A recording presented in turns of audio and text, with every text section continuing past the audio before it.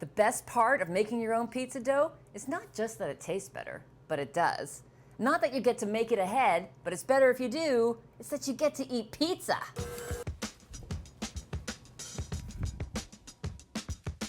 We're gonna make it today. You can use it tomorrow, but it's even better if you wait till day 3 or even day 5. So make this at the beginning of the week, knowing that on the weekend, it's pizza party. We're gonna use bread flour. Now you can use all-purpose flour, but bread flour has a little more gluten and therefore makes more elastic dough, which is easier to handle and manage. So bread flour is a good start. We're gonna add some yeast right in here. We're also adding some salt because every dough needs to have salt in there to bring out all those flavors. We're also gonna add a little bit of sugar. That's gonna help with the browning for our pizza dough and also give it flavor. Let's put this down, stir these dry ingredients together.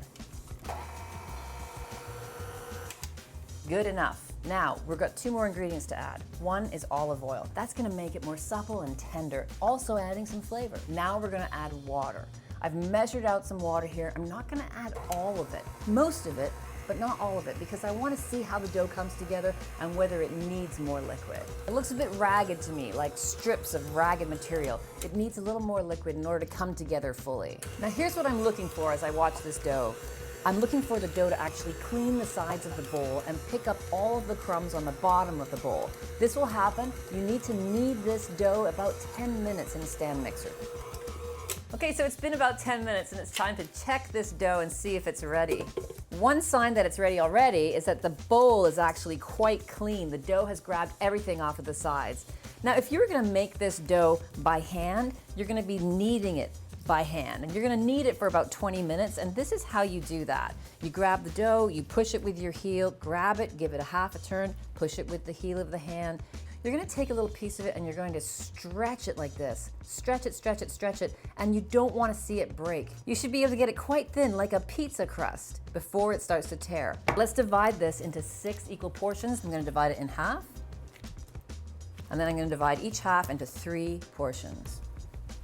The secret to making a round pizza is to start with a round dough ball. So we want these little portions to rise in the shape of a circle. I'm tucking all of the ends underneath into the center of the bottom of the pizza dough ball, and now I'm gonna roll it around. I've got a great nonstick surface here, like this silicone liner, rolling that dough ball into a perfect circle, and the bottom should have a sort of knot there. We're gonna put all of these dough balls onto a cookie sheet, and I'm gonna put a little bit of oil on that sheet first. Now we also want the top of that dough ball to be coated in oil, so with my hand, I'm just gonna roll a little oil on it and place it right there. We're gonna do this to every single little portion here, so we'll have 6 beautiful dough balls at the end. These are going to develop their flavor and rise slowly in the refrigerator. So cover them with plastic wrap, gently, not too tight, and then put them in the refrigerator. You can get away with cooking these tomorrow for pizza, but they're really good in 3 days' time. So here are some pizza dough balls that I've made previously, and when you're ready to make your pizza, you want these to sit out on the counter for at least 1 to 2 hours so they come to room temperature.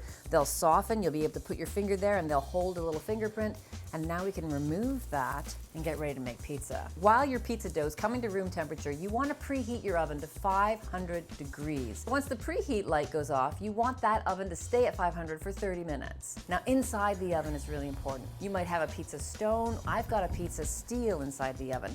I'm going to use a wooden pizza peel to get my pizza onto that steel inside. I'm going to use a piece of parchment paper on that peel to help me slide that pizza off without using any flour or cornmeal or anything else.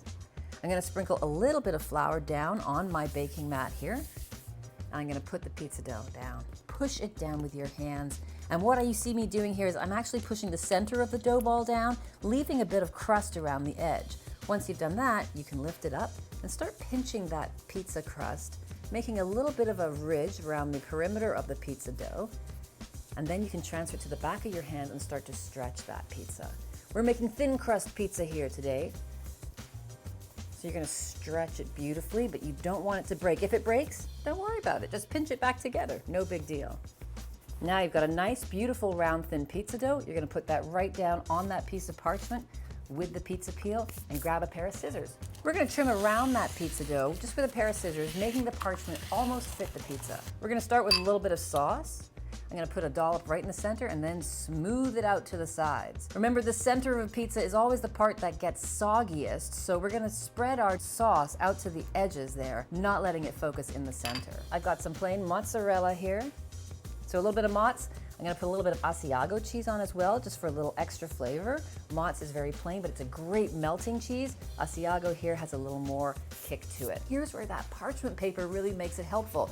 Look at my pizza sliding on the pizza peel. No problem at all. I'm gonna transfer this to the pizza steel or stone in your oven, and we're gonna set the timer for 8 to 10 minutes. So you'll know when the pizza's done when the crust is beautifully bubbly and brown. We're gonna take a look at it here. I'm gonna use a metal peel to take it out. It's absolutely beautiful. I'm gonna slide it onto a cutting board. See, the parchment just comes right off like that. And now we're gonna garnish this up with a little bit of fresh basil. You could try some oregano, some chili flake if you like, anything you want on here. Let's cut this up. All right, so once it's done, of course, it's really, really hot, but how can you resist a delicious piece of homemade pizza? Thanks for watching. If you'd like to see more of the basics, click over here. If you'd like to see everything I used in this recipe, click over here. And if you have any questions, comments, or suggestions for more basics, put them right down below.